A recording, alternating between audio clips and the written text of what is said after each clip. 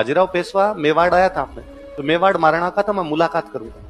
तो कहा ठीक है भाई, मुलाकात कर लेगा बाजीराव। तो उसने कहा मैं महाराणा से ऊपर बैठूंगा, मतलब महाराणा की सीट होनी चाहिए नीचे और मेरी सीट होनी चाहिए ऊपर। तो महाराणा ने वापस मैसेज करवाया कि ऊपर छोड़, मैं बराबर ही नहीं बिठाऊं, और बराबर तो मैं तुम्हारे राजा को नहीं बिठाऊं, छत्रपति को नहीं बिठाऊं, वो भी मेरा छोटा भाई है, वो भी नीचे बैठेगा।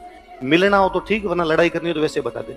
फिर लास्ट में बाजीराव पेशवा ने कहा कि ठीक है, सामने की तरफ मेरी सीट लगा दो, इधर सिंहासन राजा का लगा दो। इसलिए बाद में कहा गया एक तो बाजीराव की लगाओ, एक हमारा मंत्री और बैठेगा तेरे बराबर, ताकि ये पता रहे कि तू मंत्री के बराबर ही है।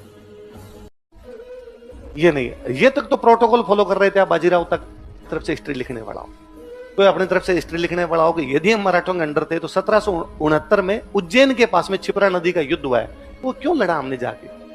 यदि हम मराठों के अंडर में थे तो एकलिंगगढ़ का युद्ध और खाड़का न्याल का युद्ध किस बात के लिए हुए? यदि हम मराठों के अंडर में आते थे तो शाहपुरा वाले ने मराठों के खिलाफ क्यों भिड़ गए थे, क्यों लड़ लिए थे?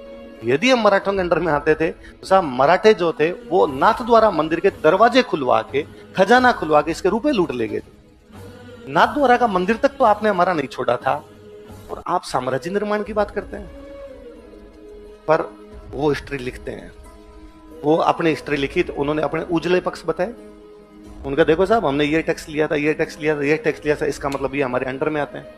अपने सांप चला गया तब लाठी पीट रहे हैं, ऐसा क्यों लिख दिया, वैसा क्यों लिख दिया। अच्छा, यदि इसको माना जाए कि मराठों ने टैक्स लिया था, लूटपाट करके टैक्स लिया था, तो भी जैसलमेर, बीकानेर, अलवर, करौली, किशनगढ़, इन्होंने तो कभी टैक्स भी नहीं दिया था।